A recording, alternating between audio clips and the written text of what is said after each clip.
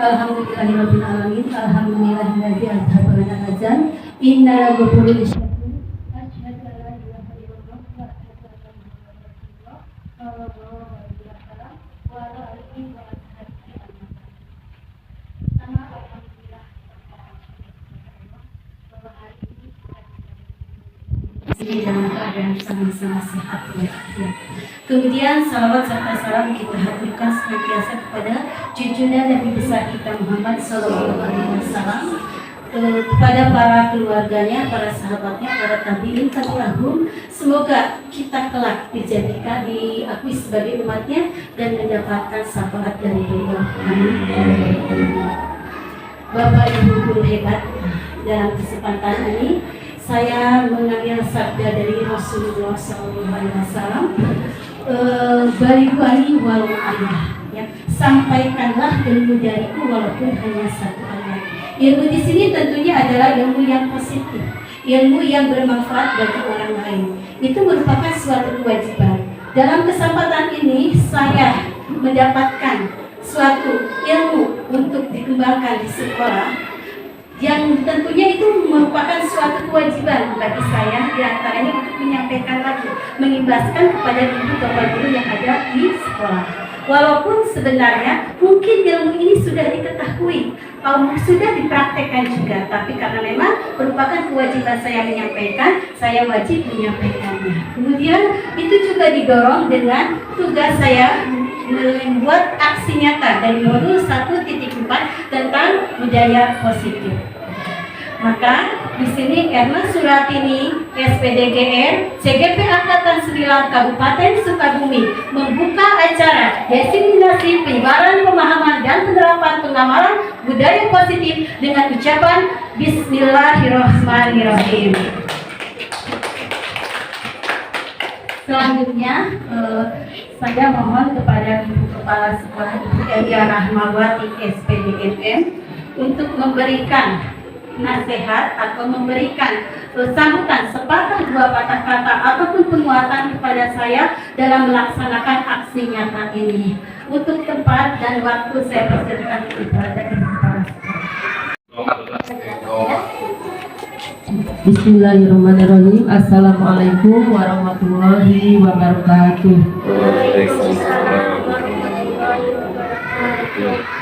Alhamdulillahirrahmanirrahim. Wassalatu wassalamu ala asyrofil anbiya'i wal mursalin wa ala alihi washabihi ajmain. Amma ba'du.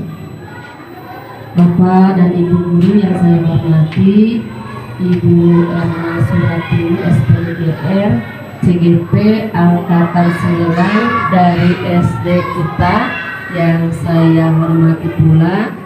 Terima kasih atas kesempatan yang diberikan kepada saya untuk memberikan sedikit sambutan dalam rangka acara diseminasi yang akan dibawakan oleh Ibu Erna Suratini sebagai kewajiban CGP ya. Di sini sedikit akan saya memberikan nasihat, bukan nasihat ya, memberikan pengarahan sedikit. Ibu Erna Suratini sebagai CGP mempunyai tugas melaksanakan diseminasi di sekolah sendiri. Kemudian apa yang dimaksud dengan diseminasi? Diseminasi adalah proses penyebaran informasi atau pengetahuan kepada khalayak luas. Nah, informasi tadi sudah Ibu Erna ulas, berarti informasi yang positif. Disebutnya ada garis miring ya, pengetahuan. Jadi bukan sekedar informasi. Misalnya sekarang sedang ramai informasi calon presiden dan bakal calon presiden, bukan. Tapi ini ada hubungannya dengan pengetahuan yang harus Ibu dan Bapak guru ketahui seputar dunia pendidikan. Yang harus saya ingatkan adalah pertama, selamat kepada Ibu Erna Suratini. Hari ini Ibu Erna Suratini akan melaksanakan tugas, salah satu tugas rangkaian yang harus Ibu Erna laksanakan. Kemudian saya amanatkan juga kepada Ibu dan Bapak guru ikuti pelaksanaan diseminasi ini dengan baik. Tadi Ibu Erna Suratini sudah mengucapkan, walaupun pengetahuan ini sudah Ibu dan Bapak Guru ketahui, jangan disepelekan ya. Siapa tahu mungkin ada pengetahuan yang lebih luas lagi yang akan Ibu Erna Suratini sampaikan. Jadi amanat saya, saya juga akan mengikuti. Mari kita ikuti acara ini dengan baik sampai dengan selesai, ya. Karena acara sudah dibuka dengan oleh Ibu Erna Suratini dengan pengucapan basmalah tadi, jadi saya cukupkan sambutan dari saya. Sampai di sini, terima kasih. Wassalamualaikum warahmatullahi wabarakatuh. Saya jadikan sebagai sebagai motivasi moral dari Ibu.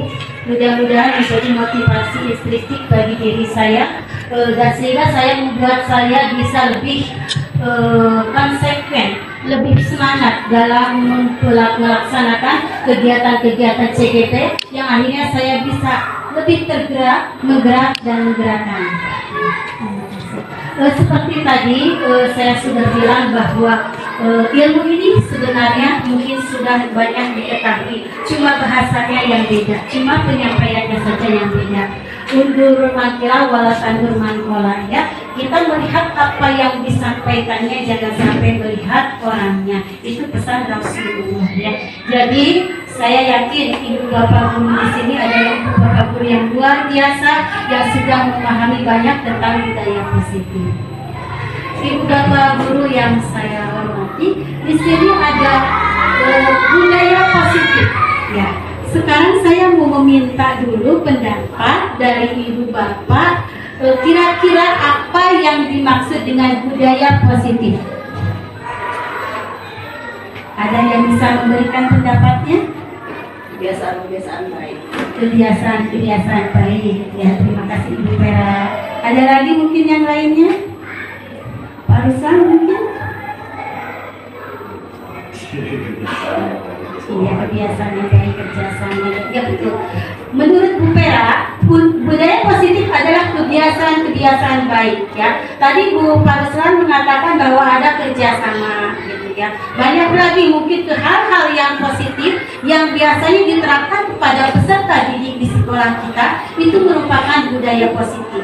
Jadi pada dasarnya budaya positif itu adalah terwujudnya nilai-nilai, ya, terwujudnya nilai-nilai kebajikan dan universal di sekolah, di suatu sekolah. Nah, di sini kita sebetulnya dengan adanya budaya positif, kita dituntut untuk membuat diri siswa sendiri ataupun di dalam kelas kita sendiri ataupun lebih luas lagi di sekolah kita, itu ada budaya-budaya positif yang dilakukan. Di sini ada beberapa konsep yang bisa mewujudkan baik diri siswa ataupun di dalam lingkungan kelas ataupun di dalam lingkungan sekolah supaya terwujudnya budaya positif. Yang pertama adalah perubahan paradigma belajar, kemudian disiplin positif, nilai-nilai kebajikan, kebutuhan dasar manusia, motivasi perilaku manusia, posisi kontrol guru, keyakinan kelas, dan segitiga restitusi.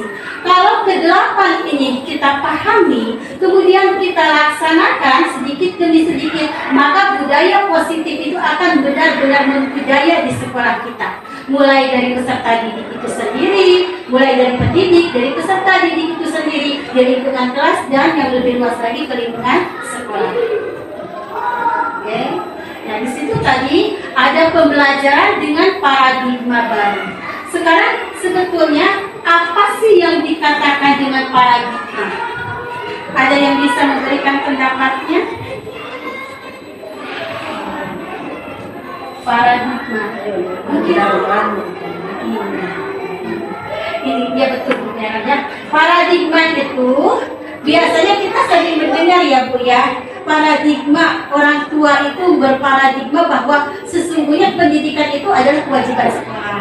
Gitu kan ya. Kewajiban sekolah, mereka tidak mempunyai kewajiban untuk mendidik putra putrinya itu mungkin paradigma yang keliru. Jadi paradigma di sini artinya bahwa suatu keyakinan atau kepercayaan yang mendasari seseorang untuk melakukan sesuatu.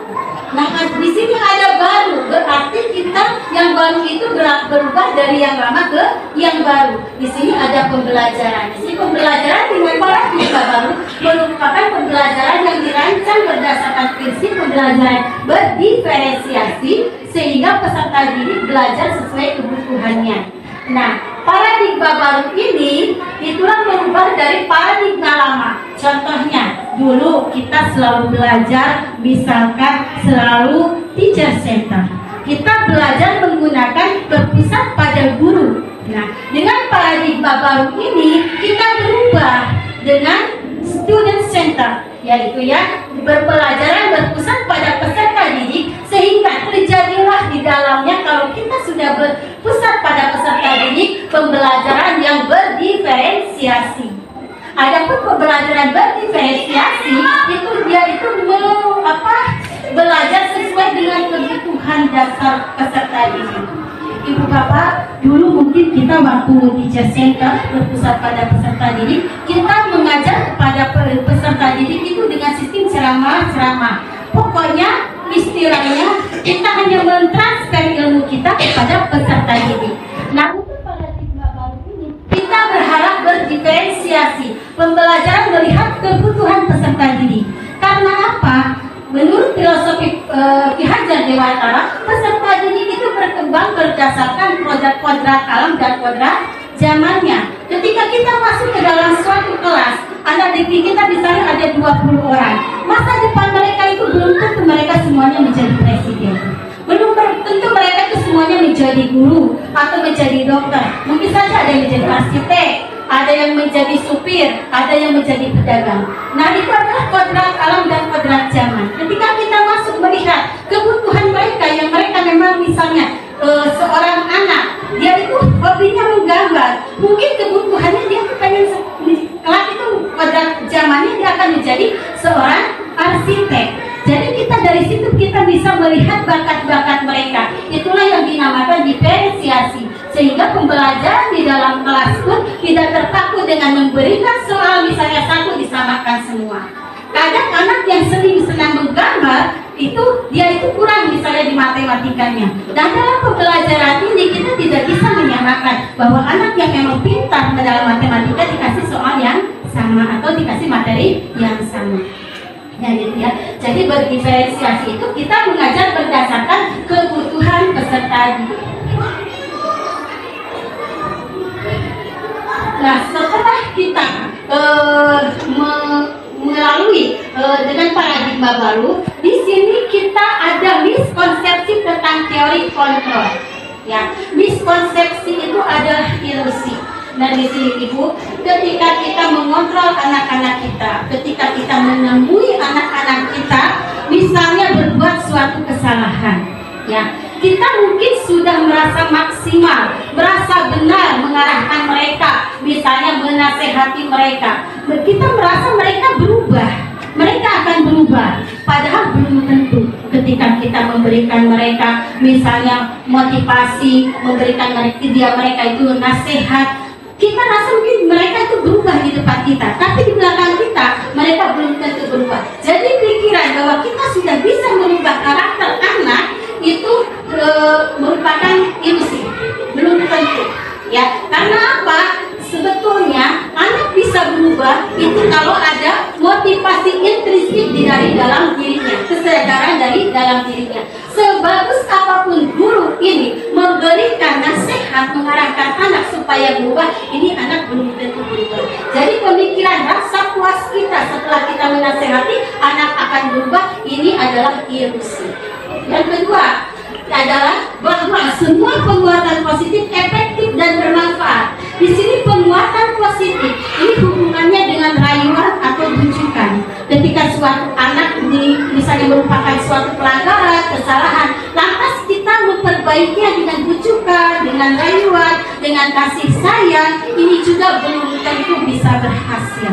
Karena apa? Itu adalah motivasi ekstrinsik, jadi motivasi dari luar, dari diri sendiri. Nah sekarang yang selanjutnya, ilusi bahwa kritik dan membuat rasa bersalah mampu menguatkan karakter. Ketika anak bersalah, kemudian kita langsung menekan, kamu tuh salah, kamu tuh seharusnya tidak berbuat begitu. Anak merasa bersalah bukan berarti anak tahan banting ya Bu Bapak ya, bukan. Tapi dia itu juga tidak akan bisa membuat dia berubah, ya. Karena ini juga merupakan motivasi dari dia. Dan yang ini, ilusi bahwa orang dewasa berhak memaksa. Di sini orang dewasa adalah guru. Ya.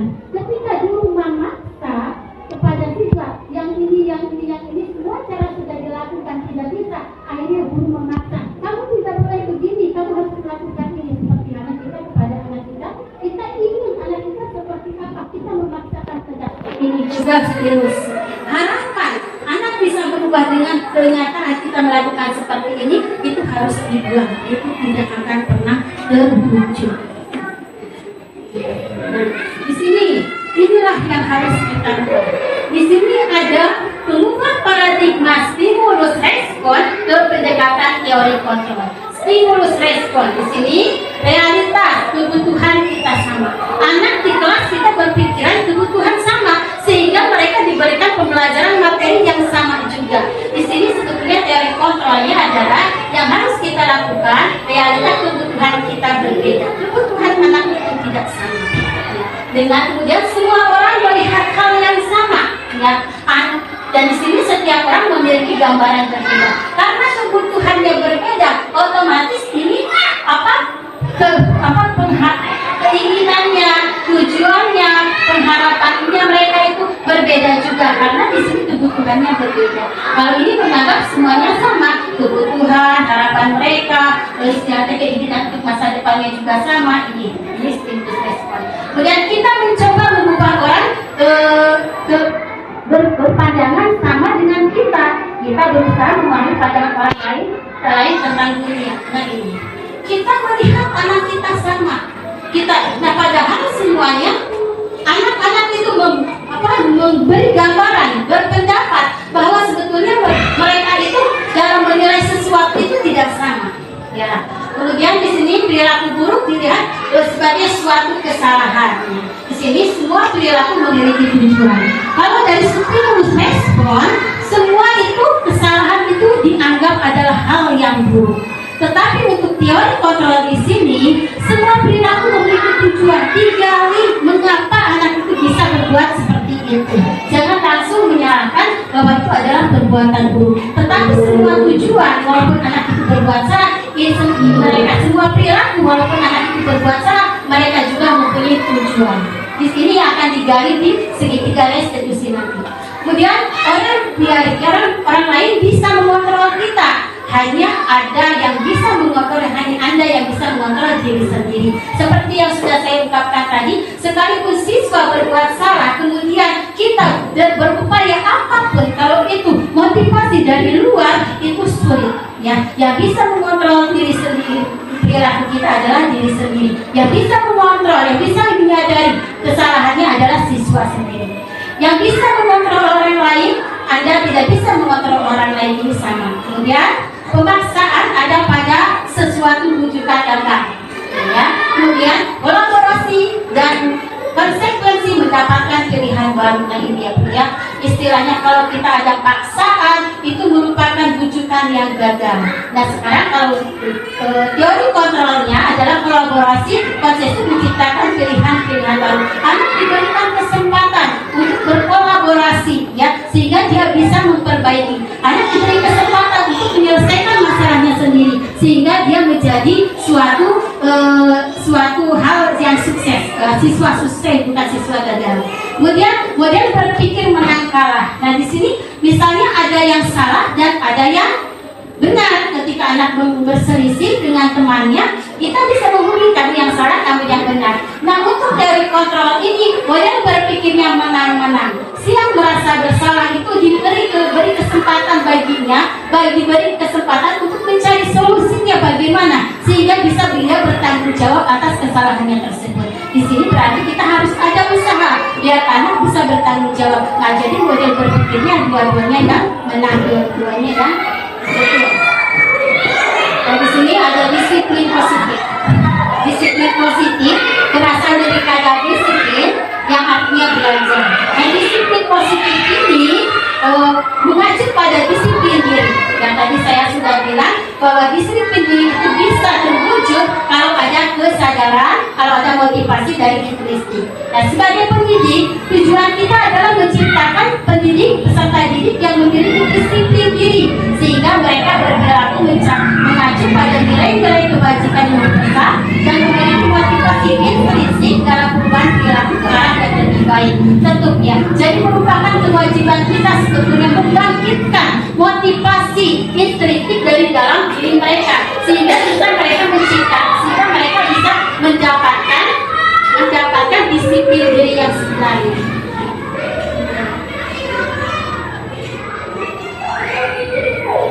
Oke, nah di sini tadi kita belajar tentang nilai-nilai kebajikan, karena budaya positif itu berkaitan dengan nilai-nilai kebajikan. Ya, nilai-nilai kebajikan ini tidak mempengaruhi dari suku bangsa, agama, bahasa maupun latar belakang, dan disepakati bersama. Di sini saya mengambil contoh nilai kebajikan institusi organisasi. Yang ini dengan yang ini kita ambil dari internet, ya. Ini biasanya di suatu lembaga dia ada nilai-nilai kebajikan yang bisa dikembangkan. Kalau dari profil pelajar Pancasila, beriman dan bertakwa kepada Tuhan Yang Maha Esa dan berakhlak mulia, berkebinekaan global, gotong royong, mandiri, kreatif, dan bernalar kritis. Ini adalah 6 dimensi dari profil pelajar Pancasila. Adapun dari yang ini program PYP, toleransi, rasa hormat, integritas, mandiri, dan sebagainya. Bisa Ibu Bapak baca sendiri, ya.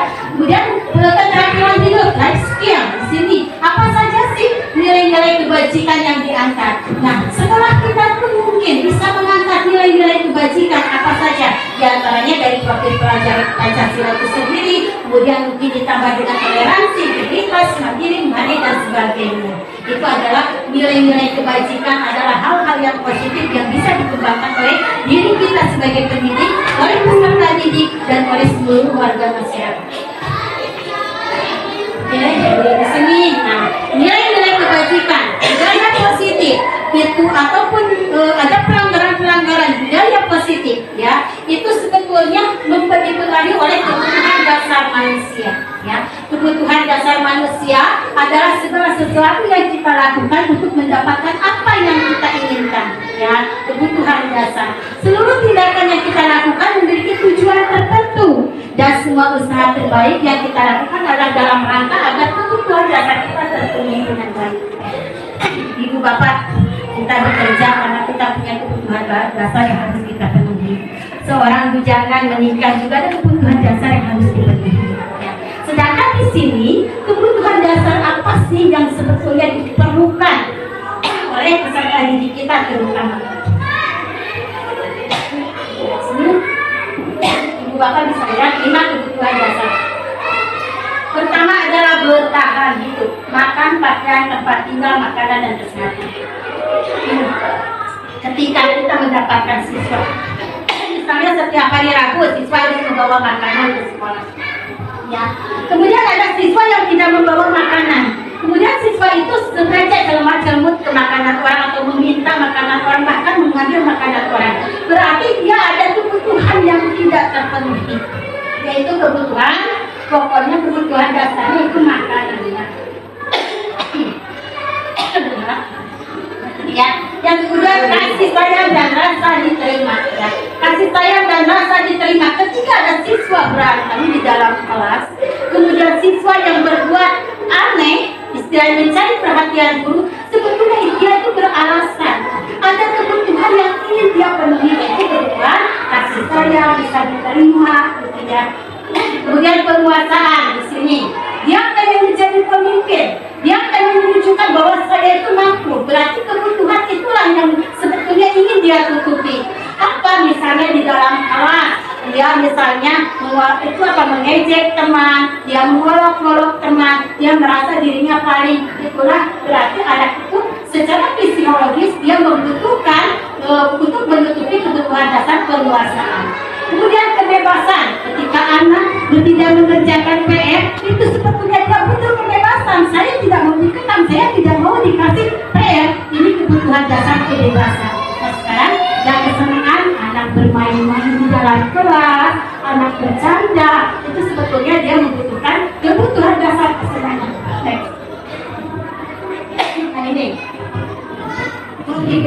motivasi perilaku manusia. Di sini ada motivasi perilaku manusia. Nah, untuk menghindari ketidaknyamanan hukuman, ini motivasi intrinsik ya, untuk mendapatkan imbalan berharga dari orang. Nah, ketika siswa melakukan sesuatu itu kalau bukan dari dalam diri sendiri, itu tidak akan bertahan lama. Namanya motivasi intrinsik ketika dia merasa tidak nyaman akan hukuman.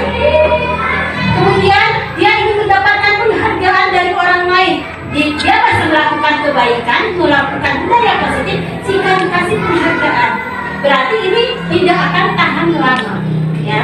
Nah, yang ini yang sebetulnya yang kita perlukan, yang kita buat supaya anak bisa memiliki motivasi intrinsik. Ya. Kalau kita sudah tercapai, ini kita tidak usah capek-capek, Bapak Ibu. Ya, kita mungkin anak-anak akan baik semua karena dia punya kesadaran ya untuk selalu berbuat positif, untuk menjadi orang yang mereka inginkan dan menghargai diri sendiri dengan nilai-nilai yang mereka percayai.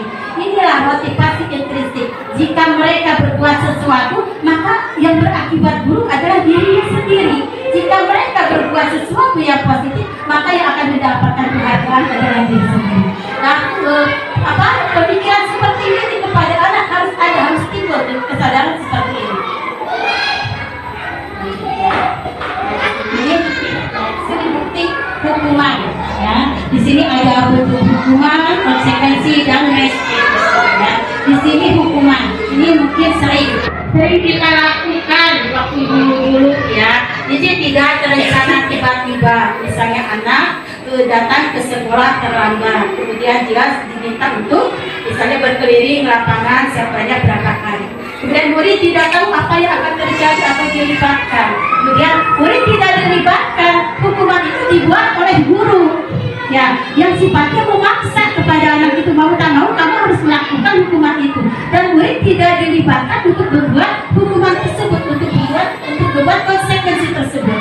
Nah, bersifat satu arah, hanya guru saja. Dan guru sebagai subjek dan murid adalah sebagai objek ya. Berupa hukuman fisik biasanya. Kalau hukuman itu larinya ke fisik, suruh berlari ya, kemudian suruh menghormat bendera, misalnya disetrap, mencekali bahasa namanya. Itulah larinya semua ke fisik. Dan konsekuensi, sekarang perbedaan hukuman dan konsekuensi. Konsekuensi itu direncanakan, disepakati sesuai aturan. Jadi kita sudah di sini adalah adanya konsekuensi itu adalah keyakinan kelas. Ya, dan di sini murid tetap dibuat tidak nyaman walaupun memang ada konsekuensinya yang harus dia lakukan, yang harus dia dapatkan ketika dia melanggar. Memang murid kita tetap dibuat tidak nyaman. Ya, sikap guru selalu memonitor murid. Di sini guru selalu memonitor murid. Apakah dia misalnya konsekuensinya itu ketika murid berbuat sesuatu atau menyerahkan dua konsekuensinya dia harus mengganti tersebut. Nah, di sini restitusi. Ya. Nah, inilah yang sedang kita kembangkan. Restitusi, proses menciptakan kondisi bagi murid untuk memperbaiki kesalahannya. Ya. Bukan hal yang aneh ya. Mungkin dari setiap sekolah setiap harinya murid pasti ada yang berbuat salah. Ya. Nah, ini di sini menciptakan kondisi bagi murid untuk memperbaiki kesalahan tersebut. Kemudian ada proses kolaboratif yang mengajarkan murid untuk mencari solusi. Kolaboratif antara guru dan siswa biasanya ya, untuk mencari solusinya tidak diselesaikan sepihak oleh guru saja, tetapi oleh murid juga. Dicari jalan keluarnya yang paling baik yang seperti apa. Next. Nah, di sini inilah 5 posisi kontrol ya. Kontrol ya gitu ya. 5 posisi kontrol guru di sini ada. Kita mau seperti apa? Ketika murid kita mendapatkan masalah, murid kita melakukan suatu pelanggaran dari budaya positif yang ada, kita akan berperan sebagai apa? Sebagai pendukungkah? Sebagai pembuat rasa bersalah? Atau sebagai teman? Atau sebagai pemantau? Atau sebagai manajer? Ya, di sini bocoran, disinilah kita mestinya berada. Kita harus berada sebagai manajer. Di sini contoh penerapan 5 posisi kontrol guru. Nah, kasusnya siswa tidak memakai atribut lengkap saat upacara bendera. Pertama, hormat pada bendera selama 1 jam. Ini termasuk hukuman. Ini masuk kalau melakukan seperti ini, ya berarti dia memposisikan dirinya sebagai pemimpin. Ya. Kemudian berapa kali ibu bapak harus beritahu kamu selalu saja mengecewakan ibu bapak, kamu selalu saja mengecewakan ibu bapak. Berarti membuat merasa bersalah, memojokkan, membuat anak merasa bersalah. Apakah kita ada di posisi ini kepada anak tanpa mencari solusi? Kita kamu salah, kamu selalu ngeselin ibu, kamu selalu gitu ya. Itu juga tidak baik ya, gitu ya. Kan ada posisi, bukan posisi kita itu. Kemudian di sini sebagai teman, ayo dong ikut aturan sekolah, bantu ibu bapak ya. Sekali ini saja, ya sudah tidak apa-apa, lain kali jangan sampai berbuat seperti ini lagi ya. Mungkin masalahnya waktu itu selesai. Ya, tetapi dia ada kemungkinan akan mengulangi lagi kesalahan tersebut. Apalagi kalau tipe anak itu memang yang anak yang bandel, tidak bisa tidak bisa dilepah-leputin, dia akan berontak. Aku begitu biasanya begitu ya anak laki-laki. Ini juga sebagai teman juga kurang tepat sebenarnya. Kemudian kamu sudah melanggar peraturan sekolah, kamu tahu konsekuensinya ya. Setelah upacara kamu beri atributnya ke koperasi dan jangan diulangi lagi. Ini sebagai pemantau, ini tegas. Karena kamu tidak punya atribut, kamu beri ke sekolah. Jangan diulangi lagi. Ini juga solusi langsung diberikan oleh guru, tidak kepada anak. Nah, sekarang di sini yang terakhir, inilah ibu. Kita ibu bapak harus menempatkan diri kita sebagai manajer. Apa yang kita ucapkan? Apakah kamu tahu kesalahanmu? Kira-kira bagaimana kamu memperbaiki kesalahan ini? Anak diminta untuk menyadari sendiri kesalahannya dan diminta kira-kira solusinya apa menurut kamu agar kamu tidak melakukan seperti ini. Anak diminta untuk berpikir, mencari solusinya sendiri, sehingga kalau solusi itu datang dari dalam dirinya, dia akan mempertahankan solusi itu dan insya Allah dia tidak akan mengulangi kesalahan itu lagi. Inilah kita, mudah-mudahan saya sendiri sebagai CGP dan kemudian ibu bapak guru semua di sini bisa menempatkan diri kita sebagai sama-sama seorang manajer buat peserta didik kita.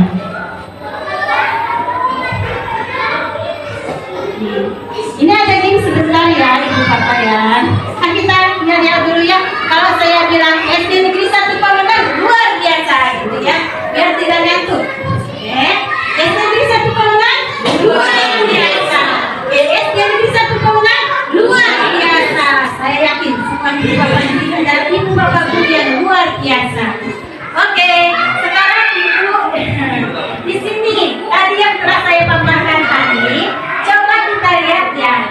Saya kecewa sekali dengan kamu. Kira-kira posisi kontrol apakah itu?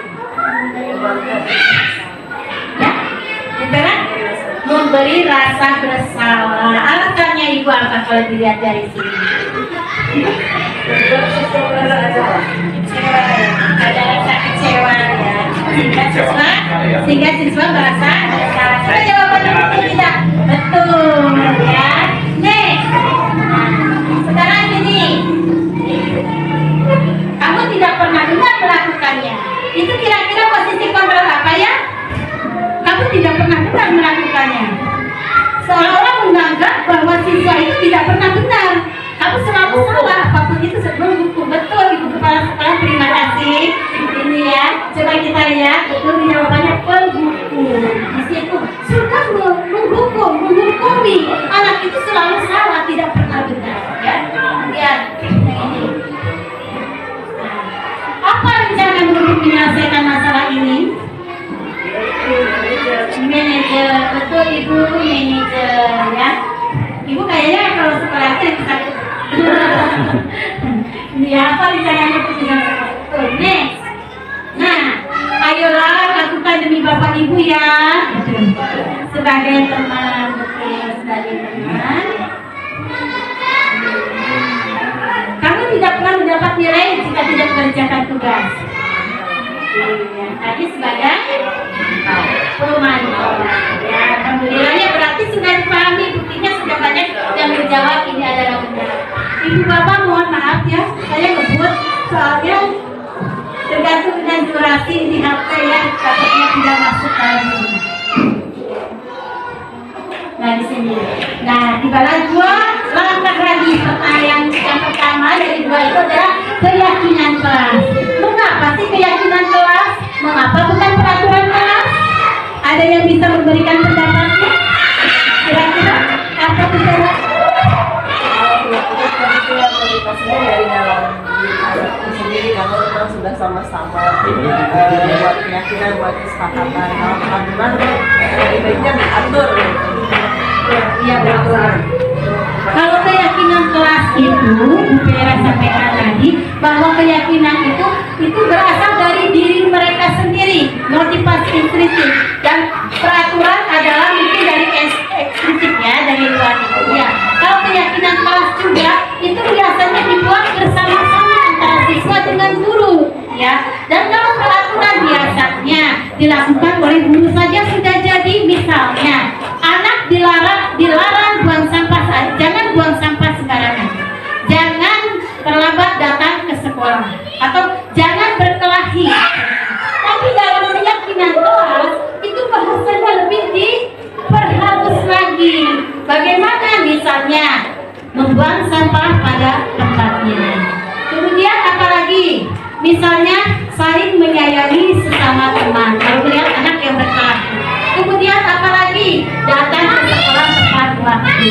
Itu bedanya keyakinan kelas dengan peraturan kelas. Dan kita lebih sepakat dengan keyakinan kelas karena bahasanya lebih positif. Bagaimana sih cara menentukan keyakinan kelas itu? Sebetulnya ini bisa dipraktekkan, atau mungkin beberapa kelas di sini alhamdulillah sudah banyak yang mempraktekannya, bahwa keyakinan kelas itu dibentuk oleh kelas, di kelas oleh peserta didik dan oleh guru. Bagaimana ini? Bersifat abstrak, merupakan pernyataan universal, dibuat dalam pernyataan positif, sedikit saja agar mudah diingat, jangan banyak-banyak ya Bu ya. Kemudian yang penting itu masuk pada anak. Kemudian sesuai dengan kondisi kelas dan sekolah, disesuaikan dengan kondisi kelas dan sekolah sehingga mudah diterapkan. Semua warga sekolah, keluarga kelas dilibatkan saat membuat keyakinan kelas. Ya, biasanya anak-anak itu di gambarnya diminta pendapatnya, semua masing-masing menuliskan keyakinan kelas apakah yang ingin mereka terapkan di kelasnya. Setelah itu guru biasanya menyortir pendapat yang sama disatukan. Setelah itu bahasanya diubah menjadi bahasa-bahasa yang positif. Kemudian nanti dipampang disimpan atau diperlihatkan di depan kelas supaya setiap saat peserta didik itu bisa membaca hasil keyakinan kelas yang mereka buat. Nah di sini ini yang paling menarik buat saya Bu ya. Ini merupakan hal yang baru kalau menurut saya, karena di sini ada segitiga restitusi. Apa sih sebetulnya segitiga restitusi ini? Ini sebetulnya langkah-langkah kita dalam menyelesaikan masalah atau pelanggaran yang dilakukan oleh peserta didik. Ya, ini adalah ilmu bagaimana peserta didik bisa menanamkan motivasi intrinsiknya dengan merupakan dari suatu kesalahan. Contohnya di sini, segitiga ini adalah berupa segitiga yang mana di dalamnya itu yang pertama adalah menstabilkan identitas. Langkah pertama adalah menstabilkan identitas. Kemudian validasi tindakan yang salah, dan yang terakhir kita menanyakan keyakinan. Tahap segitiga restitusi. Suatu proses dialog yang dijalankan oleh guru, ini oleh guru agar dapat menghasilkan murid yang mandiri dan bertanggung jawab. Ini tujuannya antara diskusi, kolaborasi antara siswa yang melakukan kesalahan dengan guru yang mendapatkan suatu solusi yang bisa dipertanggungjawabkan.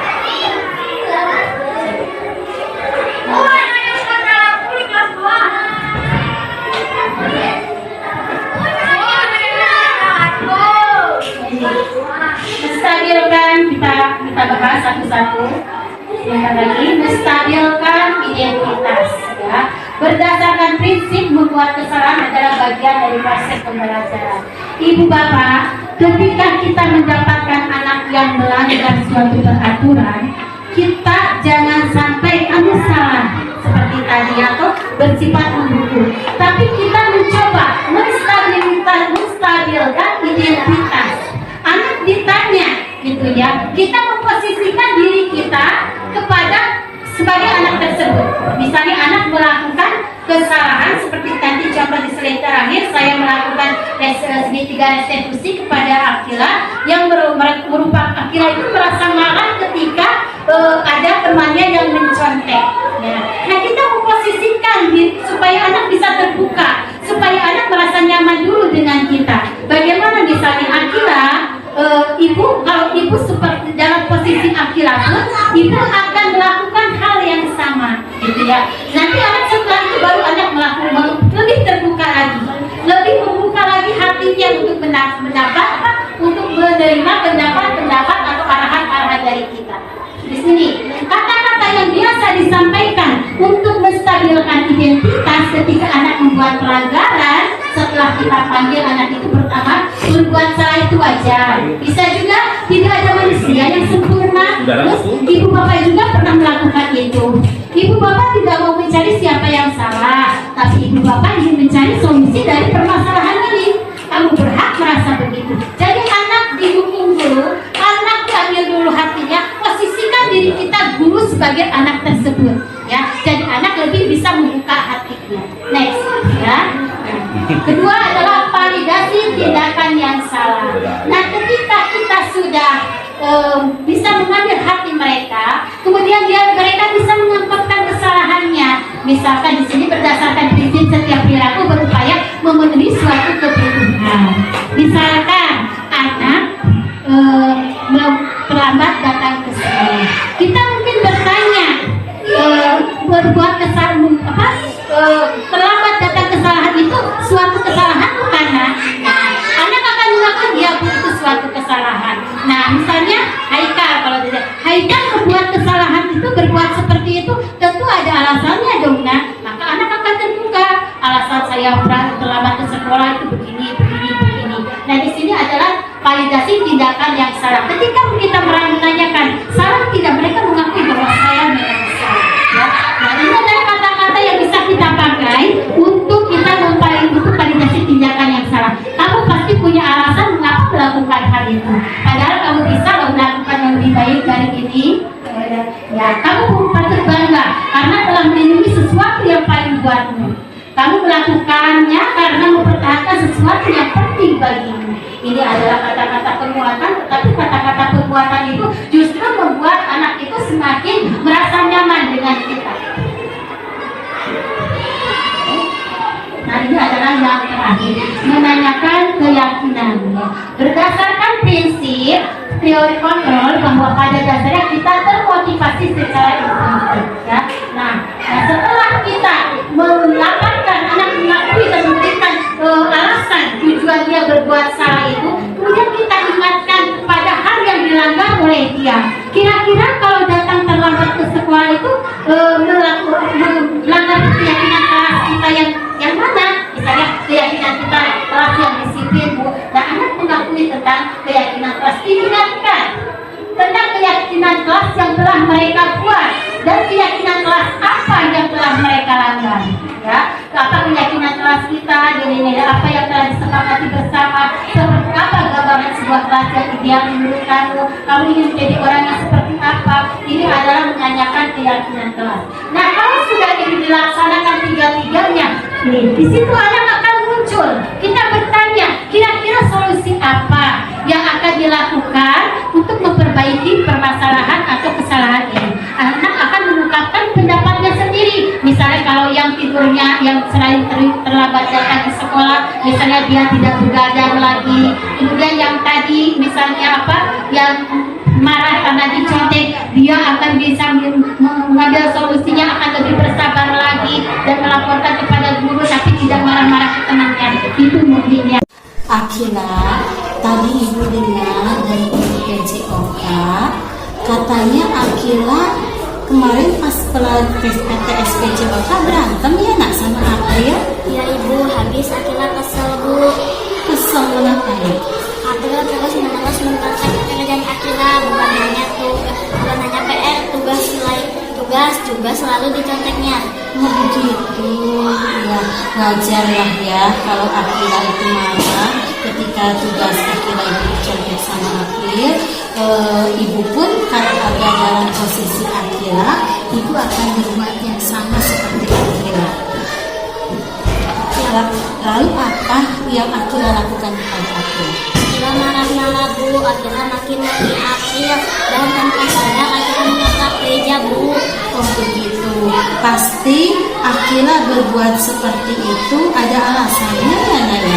Iya Bu, masa Akila diam saja? Akila kan sudah susah payah mengerjakan soal, tapi Akila hanya mau menyontek, tidak mau usaha sendiri. Iya, Ibu maklum ya, Akila merasa kesal dan marah ketika pekerjaan Akila dicontek oleh Akil. Ibu sangat menghargai tindakan Akila, tidak berbuat lebih buruk daripada itu. Misalnya kalau Akila berbuat lebih buruk lagi, misalnya Akila sampai memukul April, ya itu coba bagaimana? Nah sekarang coba kita pikirkan, Akila pikirkan tindakan Akila yang sampai menggebrak meja, apakah sesuai dengan keyakinan kelas kita? Tidak Bu. Menurut Akila, keyakinan kelas kita apa yang telah Akila langgar? Saling menghormati antar teman Bu. Iya betul. Menurut Akila, saling menghormati antar teman itu penting gak buat Akila? Bu.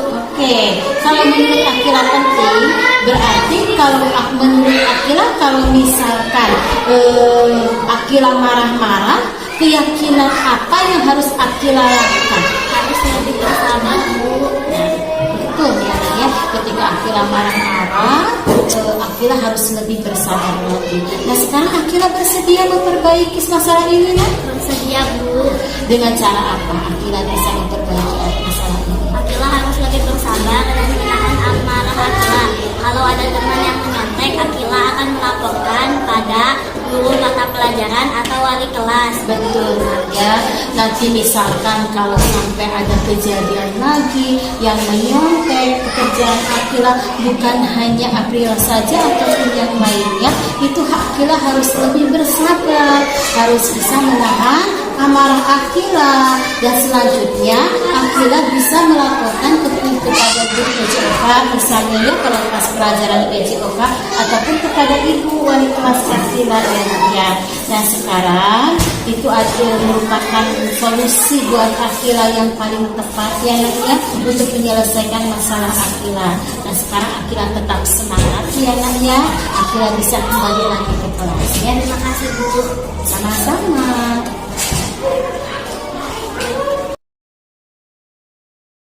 Haikal, sudah Ibu perhatikan beberapa hari ini bahwa Haikal sering terlambat datang ke sekolah ya nak? Iya Bu. Nah, menurut ingatan Haikal dalam sebulan ini ya, Haikal sudah berapa kali nak terlambat ke sekolah? Sudah 5 kali Bu. Sudah 5 kali. Sering terlambat ke sekolah itu merupakan suatu kesalahan gak nak? Iya Bu. Betul, suatu kesalahan ya. Memang wajar sih ya nak ya, manusia selalu melakukan kesalahan dan itu adalah manusiawi kalau Haikal melakukan kesalahan. Nah, Nabi juga dulu pernah bersabda bahwa kullu bani Adam khotoun, artinya semua manusia itu pasti melakukan kesalahan. Yang terpenting kita bisa belajar dari kesalahan itu dan bisa memperbaikinya ya nak ya. Iya Bu. Setuju nggak nak? Setuju Bu. Oke, kalau Haikal setuju, kita akan cari solusinya bersama-sama ya nak ya. Nah, Haikal sering datang terlambat, tentu ada alasannya ya nak ya. Iya Bu. Apa nak alasannya sehingga datang terlambat? Haikal sering begadang sambil main HP jadi kurang tidur. Begadang sampai malam, kemudian sambil main HP ya, sehingga kurang tidur, tidurnya malam, bangunnya terlambat, kemudian terlambat juga datang ke sekolah. Haikal tahu nggak keyakinan kelas yang telah kita sepakati? Tahu Bu. Oke, kalau sering datang terlambat ke sekolah itu sesuai nggak dengan keyakinan kelas kita? Tidak Bu. Tidak. Menurut Haikal, keyakinan kelas kita apa yang telah Haikal langgar? Disiplin Bu. Disiplin, betul. Menurut Haikal, disiplin itu apa penting gak buat Haikal? Penting Bu, karena disiplin membuat kita datang ke sekolah tepat waktu dan bisa menghargai waktu. Betul, nah, menghargai waktu itu ada hal yang penting buat kita dan bermanfaat buat kita. Kita bisa juga menghargai orang-orang di sekitar kita, pekerjaan kita, tugas-tugas Haikal misalnya yang banyak di sekolah ya, itu juga tidak akan menumpuk dan kita bisa berlatih disiplin dan kepedulian. Ya Bu, mereka merasa sudah melakukan Seperti itu, terlambat ya datang ke sekolah ya. Iya, Ibu maafkan ya. Nah sekarang sikap yang baik telah Haikal lakukan dengan meminta maaf kepada ibunya. Nah sekarang solusinya bagaimana? Nah Haikal untuk memperbaiki masalah Haikal, apa kira-kira yang Haikal lakukan? Haikal akan tidur lebih cepat dan tidak begadang lagi agar bisa berangkat tepat waktu ke sekolah. Oke ya, Haikal berarti solusi yang diambil Haikal tidur tidak akan malam-malam, tidak akan begadang sambil main HP, akan tidur lebih cepat sehingga Haikal nanti bangunnya pagi-pagi sekali ya, ya. Bangunnya pagi-pagi, sholat subuh, bangun subuh, sholat subuh, kan enak ya, dan Haikal tidak akan terlambat lagi ke sekolah. Baiklah, nah itu solusi yang bagus. Nah ibu pun nanti akan bekerja sama dengan orang tua Haikal biar Haikal tidak terlambat lagi datang ke sekolah. Oke Haikal, silakan Haikal kembali lagi ke kelas ya nak ya. Ya terima kasih Bu. Sama-sama, semangat terus ya nak ya. Ya. Nah inilah Ibu, dari segitiga eksekusi yang telah saya sampaikan ya. Alhamdulillahirobbilalamin, pembahasan yang saya sampaikan sudah selesai. Mungkin ada pertanyaan Ibu Bapak, mungkin ada yang mau dijelaskan. Cukup, iya ya. Nanti lain kali kita bisa ngobrol-ngobrol, sharing lagi untuk lebih jelasnya lagi kalau memang misalnya masih kurang ada yang mau ditanyakan. Karena ini berhubung dengan waktu juga untuk ya kapasitasnya cukup ya. Ibu Bapak, terima kasih atas segala perhatiannya. Kurang lebihnya saya mohon maaf yang sebesar-besarnya. Selebihnya saya berharap dengan adanya pemberian materi yang hanya sedikit ini bisa diimplementasikan oleh Ibu Bapak di sekolah, di kelas masing-masing, sehingga di kelasnya kita bisa menciptakan budaya positif di dalam kelas. Selanjutnya kita bisa mewujudkan budaya positif di lingkungan yang lebih luas, yaitu di sekolah. Mungkin itu yang bisa saya sampaikan. Kurang lebihnya saya mohon maaf yang sebesar-besarnya. Assalamualaikum warahmatullahi wabarakatuh.